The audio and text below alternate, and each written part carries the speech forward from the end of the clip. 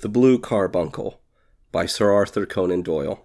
I had called upon my friend Sherlock Holmes upon the second morning after Christmas, with the intention of wishing him the compliments of the season. He was lounging upon the sofa in a purple dressing gown, a pipe rack within his reach upon the right, and a pile of crumpled morning papers, evidently newly studied, near at hand. Besides the couch was a wooden chair, and on the angle of the back hung a very seedy and disreputable hard felt hat, much the worse for wear and cracked in several places. A lens and a forceps lying upon the seat of the chair suggested that the hat had been suspended in this manner for the purpose of examination. "You are engaged," said I. "Perhaps I interrupt you." "Not at all. I am glad to have a friend with whom I can discuss my results. The matter is a perfectly trivial one." He jerked his thumb in the direction of the old hat. "But there are points in the connection with it which are not entirely devoid of interest and even of instruction." I seated myself in his armchair and warmed my hands before his crackling fire, for a sharp frost had set in, and the windows were thick with ice crystals. "I suppose," I remarked, "that homely as it looks, this thing has some deadly story linked on to it. That it is the clue which will guide you in a solution of some mystery and the punishment of some crime." No crime," said Sherlock Holmes, laughing. "Only one of those whimsical little incidents which will happen when you have 4,000,000 human beings all jostling at each other within the space of a few square miles.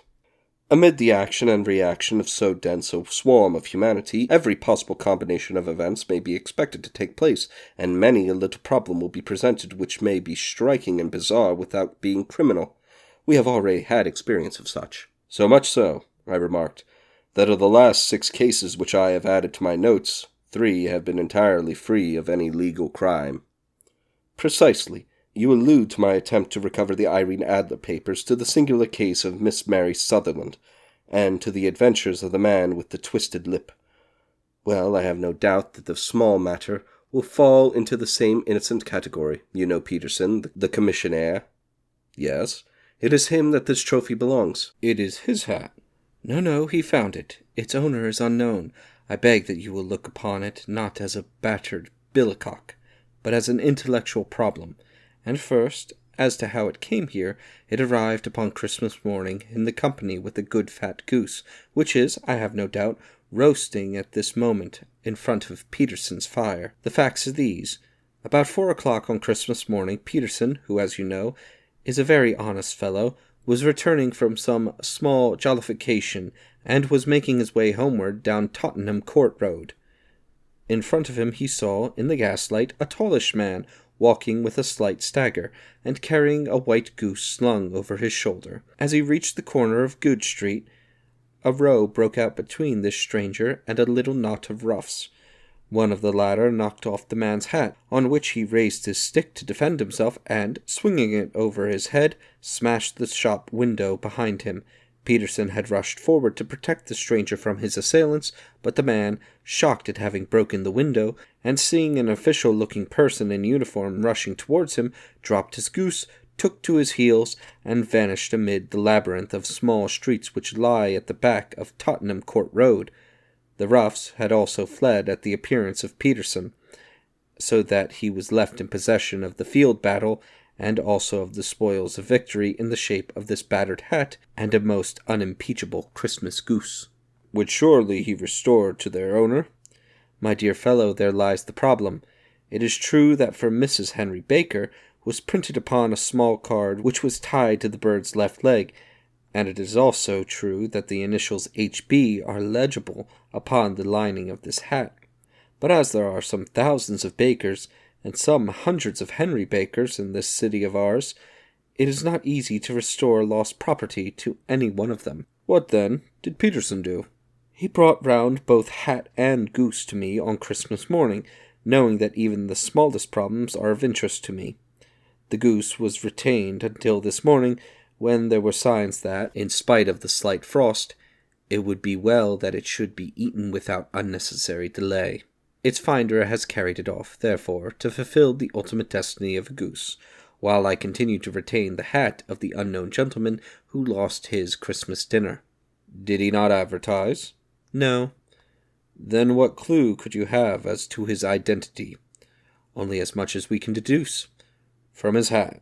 Precisely. But you are joking. What can you gather from this old battered felt? Here is my lens. You know my methods. What can you gather yourself as to the individuality of the man who has worn this article? I took the tattered object in my hands and turned it over rather ruefully. It was a very ordinary black hat of the usual round shape, hard and much the worse for wear. The lining had been of red silk, but was a good deal discolored. There was no maker's name, but as Holmes had remarked, the initials H.B. were scrawled upon one side. It was pierced in the brim for a hat securer, but the elastic was missing.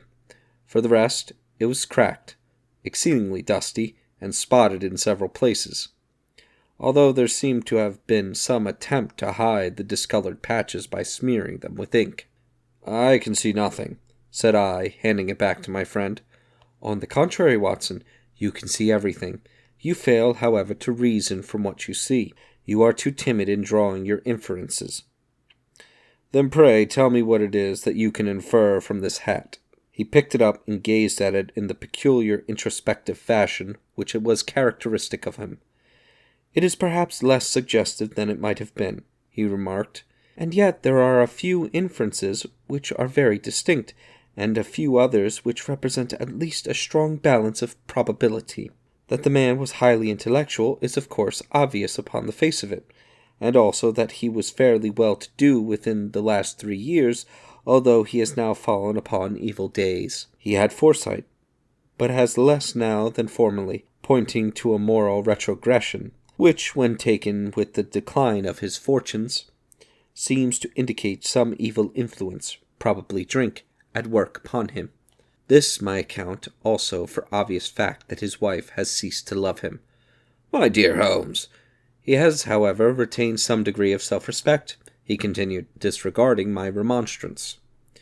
"He is a man who leads a sedentary life, goes out little, is out of training entirely, is middle-aged, has grizzled hair, which he has had cut within the last few days, and which he anoints with lime cream. These are the more patent facts which are to be deduced from his hat. Also, by the way, that it is extremely probable that he has gas laid on in his home." "You are certainly joking, Holmes." "Not in the least. Is it possible that even now, when I give you these results, you are unable to see how they are attained?" "I have no doubt that I am very stupid, but I must confess that I am unable to follow you. For example, how did you deduce that this man was intellectual?" For answers, Holmes clapped the hat upon his head. It came right over the forehead and settled upon the bridge of his nose. "It is a question of cubic capacity," said he. "A man with so large a brain must have something in it." "The decline of his fortunes, then?" "This hat is 3 years old. These flat brims curled at the edge came in them. It is a hat of the very best quality. Look at the band of the ribbed silk and the excellent lining. If this man could afford to buy so expensive a hat 3 years ago, and has had no hat since, then he has assuredly gone down in the world." "Well, that is clear enough, certainly. But how about the foresight and the moral retrogression?" Sherlock Holmes laughed. "Here is the foresight," said he, putting his finger upon the little disc and loop of the hat securer. "They are never sold upon hats. If this man ordered one, it is a sign of a certain amount of foresight, since he went out of his way to take this precaution against the wind. But since we see that he has broken the elastic and has not troubled to replace it, it is obvious that he has less foresight now than formerly, which is a distinct proof of a weakening nature. On the other hand, he has endeavored to conceal some of these strains upon the felt by dabbing them with ink, which is a sign that he has not entirely lost his self-respect."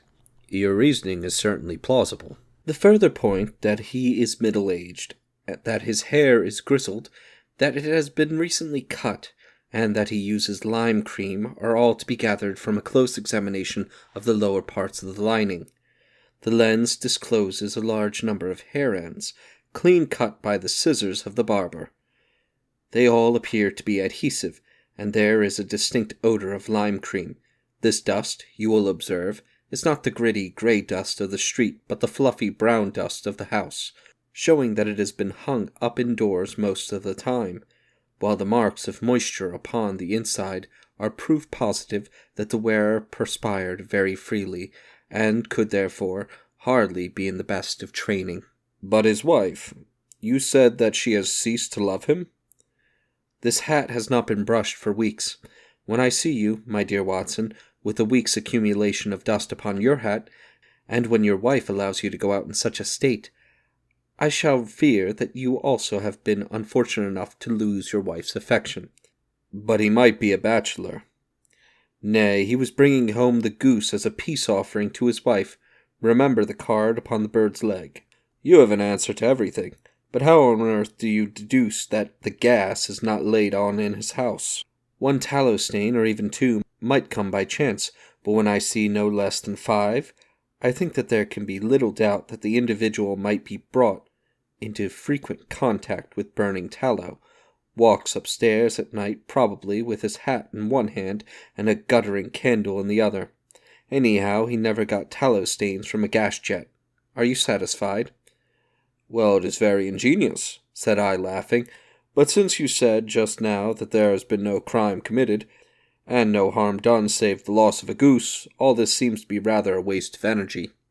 Sherlock Holmes had opened his mouth to reply when the door flew open, and Peterson, the commissionaire, rushed into the apartment with flushed cheeks and the face of a man who was dazed with astonishment. "The goose, Mr. Holmes! The goose, sir!" he gasped. "Eh, what is it, then? Has it returned to life and flapped off through the kitchen window?" Holmes twisted himself round upon the sofa to get a fairer view of the man's excited face. "See here, sir! See what my wife found in its crop!" He held out his hand and displayed upon the center of the palm a brilliantly scintillating blue stone, rather smaller than a bean in size, but of such purity and radiance that it twinkled like an electric point in the dark hollow of his hand. Sherlock Holmes sat up with a whistle. "By Jove, Peterson," said he, "this is a treasure trove indeed. I suppose you know what you have got?" "A diamond, sir? A precious stone. It cuts into glass as though it were putty." "It's more than a precious stone. It is the precious stone." "Not the Countess of Markar's blue carbuncle," I objected. "Precisely, Watson. I ought to know its size and shape, seeing that I have read the advertisement about it in the Times every day lately. It is absolutely unique, and its value can only be conjectured, but the reward offered of £1,000 is certainly not within a 20th part of the market price." £1,000? Great Lord of mercy! The commissionaire plumped down into a chair and stared from one to the other of us. "That is the reward, and I have no reason to know that there are sentimental considerations in the background which would induce the Countess to part with half her fortune if she could but recover the gem." "It was lost, if I remember all right, at the Hotel Cosmopolitan," I remarked. "Precisely so. On December 22nd, just 5 days ago, John Horner, a plumber, was accused of having abstracted it from the lady's jewel case. The evidence against him was so strong that the case has been referred to the assizes. I have some account of the matter here, I believe." He rummaged amid his newspapers, glancing over the dates, until at last he smoothed one out, doubled it over, and read the following paragraph. "Hotel Cosmopolitan jewel robbery. John Horner, 26, plumber, was brought up upon the charge of having upon the 22nd instant ments abstracted from the jewel case of the Countess of Morcar the valuable gem known as the blue carbuncle.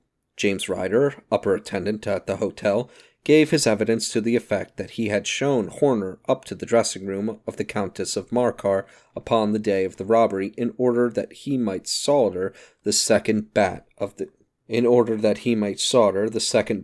grate, which was loose. He had remained with Horner some little time, but had finally been called away. On returning, he found that Horner had disappeared, that the bureau had been forced open, and that the small morocco casket in which, as it afterwards transpired, the Countess was accustomed to keep her jewel, was lying empty upon the dressing-table. Ryder instantly gave the alarm, and Horner was arrested the same evening. But the stone could not be found either upon his person or in his rooms. Catherine Cusack, maid to the Countess, disposed to having heard Ryder's cry of dismay on discovering the robbery, and to having rushed into the room, where she found matters as described by the last witness. Inspector Bradstreet, B Division, gave evidence as to the arrest of Horner, who struggled frantically, and protested his innocence in the strongest terms, Evidence of a previous conviction for a robbery having been given against the prisoner, the magistrate refused to deal summarily with the offence, but referred it to the assizes. Horner, who had shown signs of an intense emotion during the proceedings, fainted away at the conclusion and was carried out of court. So much for the police court, said Holmes thoughtfully, tossing aside the paper. The question for us now to solve is the sequence of events leading from a rifled jewel case at one end to the crop of a goose in Tottenham Court Road at the other. You see, Watson, our little deductions have suddenly assumed a much more important and much less innocent aspect. Here is the stone. The stone came from the goose, and the goose came from Mr. Henry Baker, the gentleman with the bad hat and all the other characteristics with which I have bored you. So now we must set ourselves very seriously to finding this gentleman and ascertaining what part he has played in this little mystery. To do this, we must try the simplest means first, and these lie undoubtedly in an advertisement in all the evening papers. If this fail, I shall have recourse to other methods. What will you say? Give me a pencil and that slip of paper. Now then, found at the corner of Goad Street, a goose and a black felt hat. Mr. Henry Baker can have the same by applying at 6:30 this evening at 221B Baker Street. That is clear and concise. Very. But will he see it? Well, he is sure to keep an eye on the papers, since, to a poor man, the loss was a heavy one. He was clearly so scared by his mischance in breaking the window and by the approach of Peterson that he thought of nothing but flight. But since then he must have bitterly regretted the impulse which caused him to drop his bird. Then again, the introduction of his name will cause him to see it, for everyone who knows him will direct his attention to it. Here you are, Peterson. Run down to the advertising agency and have this put in the evening papers. In which, sir? Oh, in the Globe, Star, Pall Mall, St. James's, Evening News, Standard, Echo, and any others that occur to you. Very well, sir. And this stone? Oh, yes, I shall keep the stone. Thank you. And I say, Peterson, just buy a goose on your way back and leave it here with me, for we must have one to give to this gentleman in place of the one which your family is now devouring. When the commissionaire had gone, Holmes took up the stone and held it against the light. It's a bonny thing, he said. Just see how it glints and sparkles. Of course it is a nucleus and focus of a crime. Every good stone is. They are the devil's pet baits. In the larger and older jewels, every facet may stand for a bloody deed. This stone is not yet 20 years old. It was found in the banks of the Amoy River in southern China, and is remarkable in having every characteristic of the carbuncle, save that it is blue in shade instead of ruby red. In spite of its youth, it has already a sinister history. There have been 2 murders, a vitriol throwing, a suicide, and several robberies brought about for the sake of this 40-grain weight of crystallized charcoal.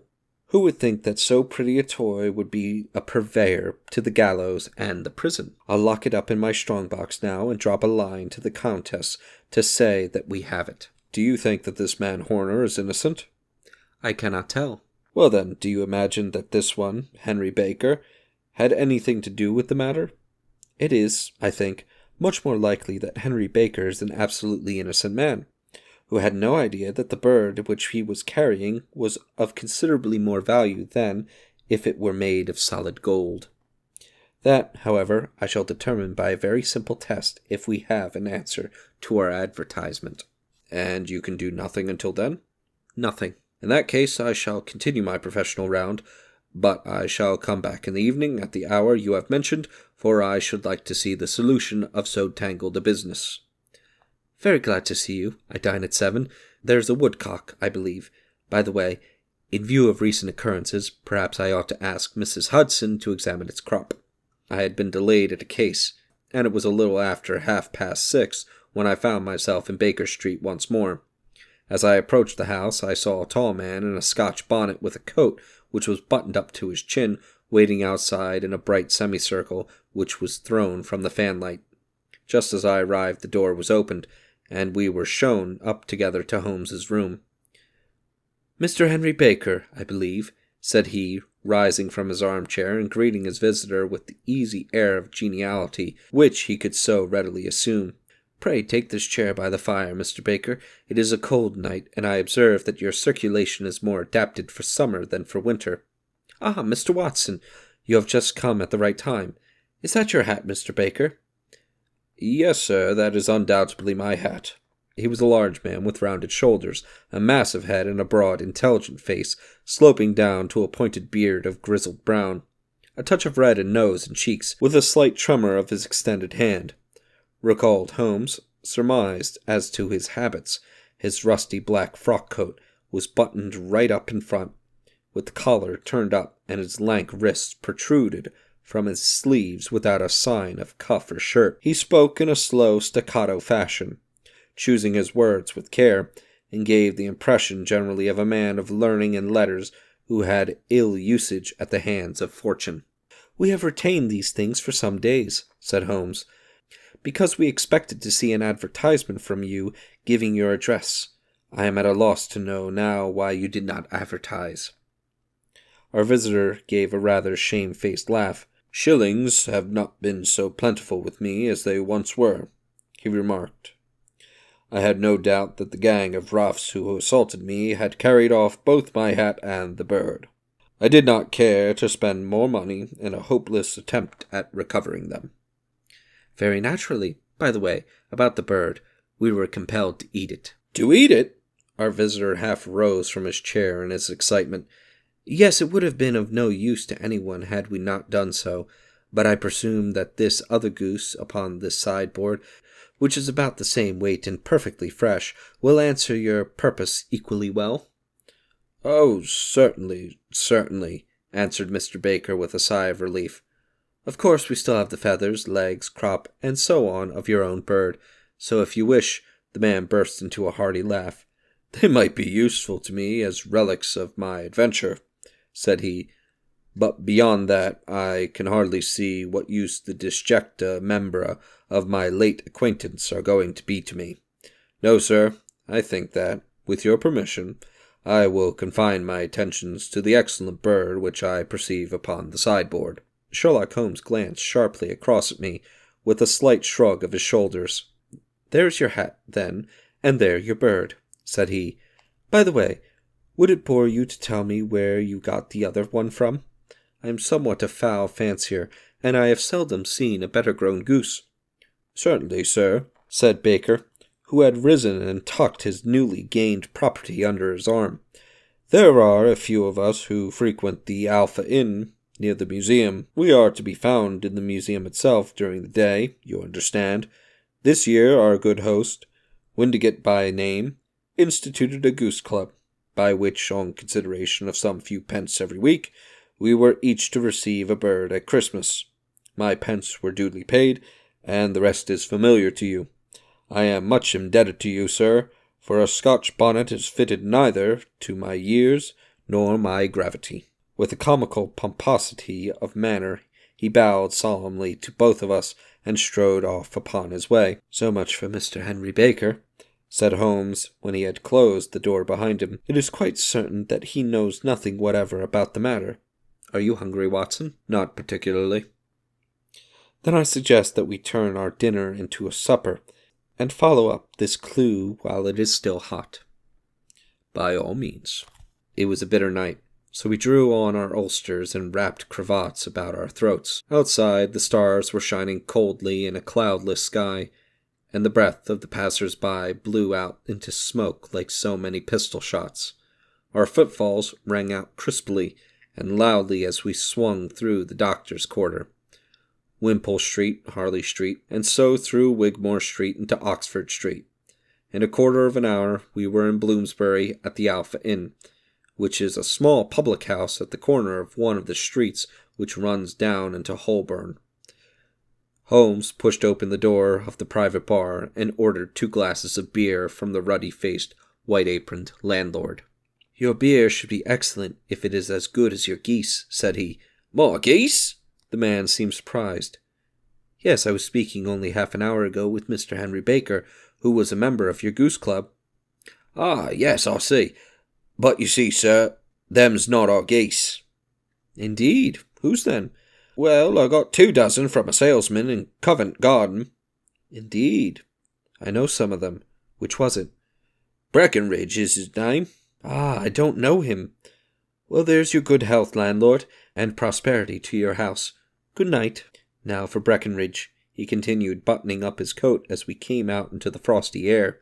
Remember, Watson, though we have so homely a thing as a goose at one end of this chain, we have at the other end a man who will certainly get 7 years penal servitude unless we can establish his innocence. It is possible that our inquiry may but confirm his guilt, but in any case, we have a line of investigation which has been missed by the police, and which a singular chance has placed into our hands. Let us follow it out to the bitter end. Faces to the south, then, and quick march. We passed across Holborn, down Endell Street, and so through a zigzag of slums to Covent Garden Market. One of the largest stalls bore the name of Breckenridge upon it, and the proprietor, a horsey-looking man, with a sharp face and trim side whiskers, was helping a boy to put up the shutters. "Good evening. It's a cold night," said Holmes. The salesman nodded and shot a questioning glance at my companion. "Sold out of geese, I see," continued Holmes, pointing at the bare slabs of marble. "Let you have 500 tomorrow morning." "That's no good." "Well, there are some on the stall with the glass fillet." "Oh, but I was recommended to you." "Who by?" "The landlord of the Alpha." "Oh, yes, I sent him a couple of dozen." "Fine birds they were, too. Now, where did you get them from?" To my surprise, the question provoked a burst of anger from the salesman. "Now then, mister," said he, with his head cocked and his arms akimbo, "what are you driving at? Let's have it straight now." "It is straight enough. I should like to know who sold you the geese which you supplied to the Alpha." "Well, then, I shan't tell you. So now." "Oh, it is a matter of no importance. But I don't know why you should be so warm over such a trifle." "Warm? You'd be as warm, maybe, if you were as pestered as I am. When I pay good money for a good article, there should be an end of the business. But it's, where are the geese? And who did you sell the geese to? And what will you take for the geese? One would think they were the only geese in the world, to hear the fuss that is made over them." "Well, I have no connection with any other people who have been making inquiries," said Holmes carelessly. "If you won't tell us, the bet is off. That is all. But I'm always ready to back my opinion on a matter of fowls, and I have a fiver on it that the bird I ate is country bred." "Well, then, you've lost your fiver, for it's town bred," snapped the salesman. "It's nothing of the kind." "I say it is." "I don't believe it." "Do you think you know more about fowls than I, who have handled them ever since I was a nipper? I'll tell you all those birds that went to Alpha were town bred." "You'll never persuade me to believe that." "Will you bet, then?" "It's merely taking your money, for I know that I am right. But I'll have a sovereign on with you, just to teach you not to be obstinate." The salesman chuckled grimly. "Bring me the books, Bill," said he. The small boy brought round a small thin volume and a great greasy-backed one, laying them out together beneath the hanging lamp. "Now then, Mr. Cockshaw," said the gentleman, "I thought that I was out of geese, but before I finish you'll find that there is still one left in my shop. You see this little book? Well, that's a list of the folk from whom I buy. Do you see? Well then, here on this page are the country folk, and the numbers after their names are where their accounts are in the big ledger. Now then, you see this other page in red ink? Well, that is a list of my town suppliers. Now look at the third name. Just read it out to me." "Mrs. Oxshott, 117 Brixton Road, 249, read Holmes. "Quite so. Now turn that up in the ledger." Holmes turned to the page indicated. "Here you are. Mrs. Oxshott, 117 Brixton Road, egg and poultry supplier." "Now then, what's the last entry?" "December 22nd. 24 geese at 7 shillings and 6 pence. "Quite so. There you are. And underneath?" "Sold to Mr. Windigate of the Alpha at 12 shillings. What have you to say now?" Sherlock Holmes looked deeply chagrined. He drew a sovereign from his pocket and threw it down upon the slab, turning away with the air of a man whose disgust is too deep for words. A few yards off, he stopped under a lamp-post and laughed in the hearty, noiseless fashion which was peculiar to him. "When you see a man with whiskers of that cut and the pink 'un protruding out of his pocket, you can always draw him by a bet," said he.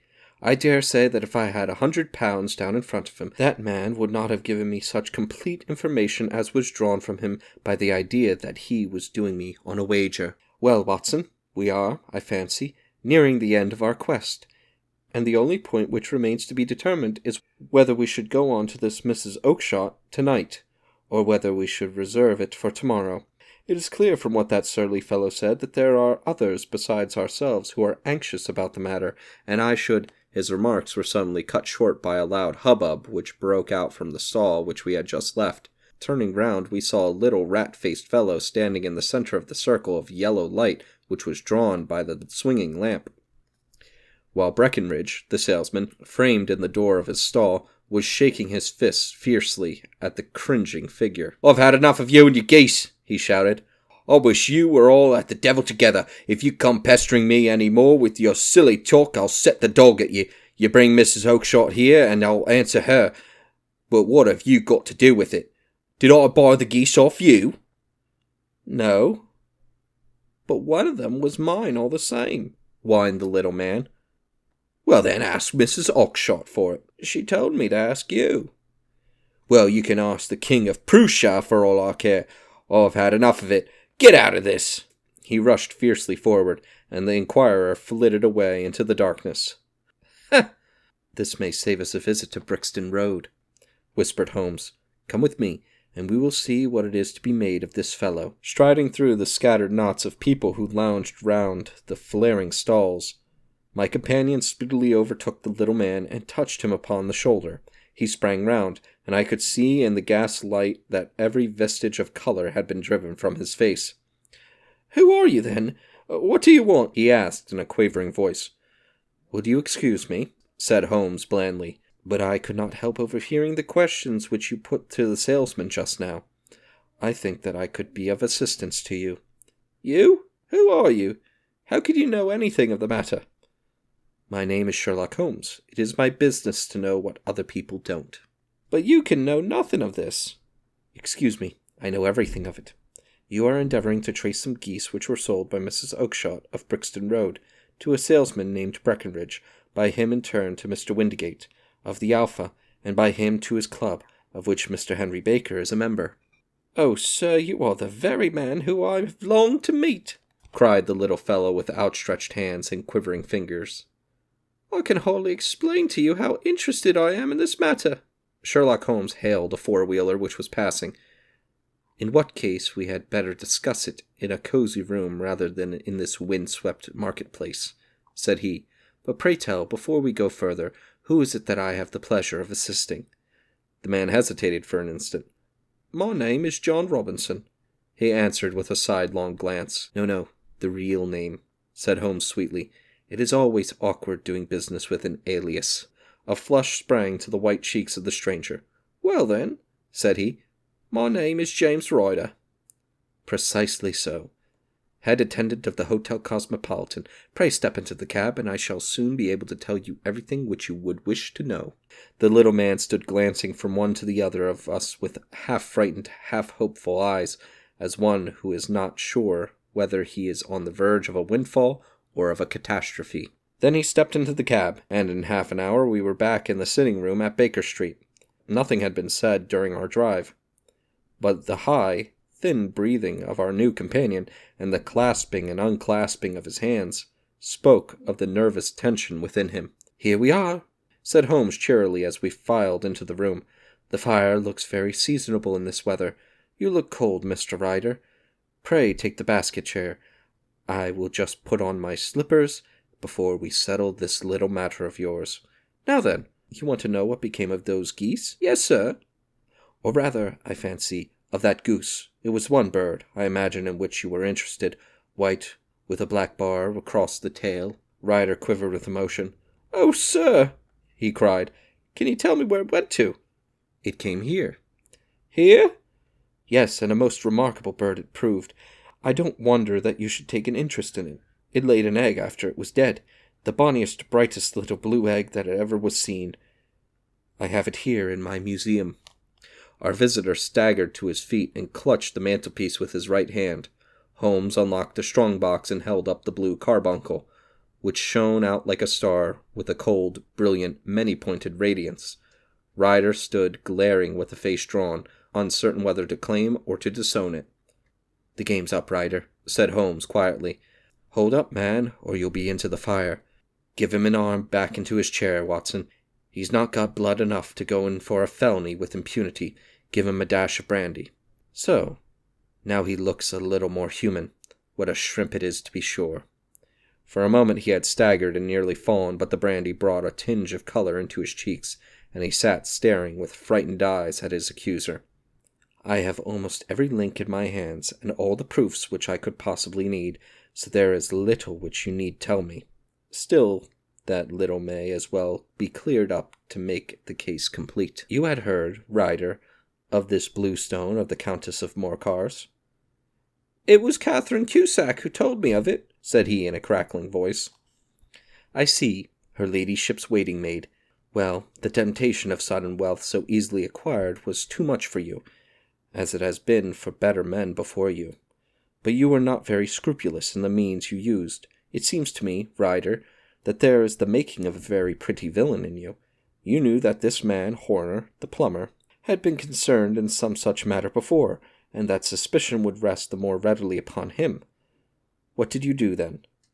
You made some small job in my lady's room, you and your confederate Cusack, and you managed that he should be the man sent for. Then, when he had left, you rifled the jewel case, raised the alarm, and had this unfortunate man arrested. You then—" Ryder threw himself down suddenly upon the rug and clutched at my companion's knees. "For God's sake, have mercy!" he shrieked. "Think of my father, of my mother. It would break their hearts. I never went wrong before. I never will again. I swear it. I'll swear it on the Bible. Oh, don't bring it into court, for Christ's sakes, don't!" "Get back into your chair," Holmes said sternly. "It is very well to cringe and crawl now, but you thought little enough of this poor Horner in the dock for a crime of which he knew nothing." "I will fly, Mr. Holmes. I will leave the country, sir. Then the charge against him will break down." We will talk about that. And now let us hear a true account of the next act. How came the stone into the goose? And how came the goose into the open market? Tell us the truth, for there lies your only hope of safety. Ryder passed his tongue over his parched lips. "I will tell you it just as it happened, sir," said he.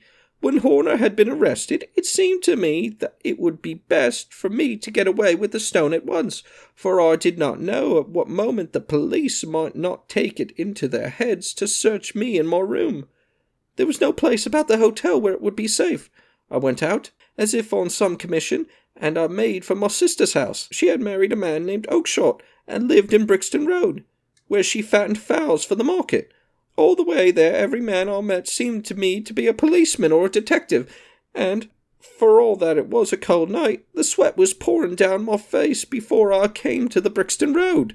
My sister asked me what was the matter, and why I was so pale, but I told her that I had been upset by the jewel robbery at the hotel. Then I went into the backyard and smoked a pipe and wondered what it would best be to do. I had a friend once called Maudsley, who went to the bad, and had just been serving his time at Pentonville. One day he had met me, and fell into talk about ways of thieves, and how they could get rid of what they stole. I knew that he would be true to me, for I knew one or two things about him, so I made up my mind to go right on to Kilburn, where he lived, and take him into my confidence. He would show me how to turn the stone into money. But how to get to him in safety? I thought of the agonies I had gone through in coming from the hotel.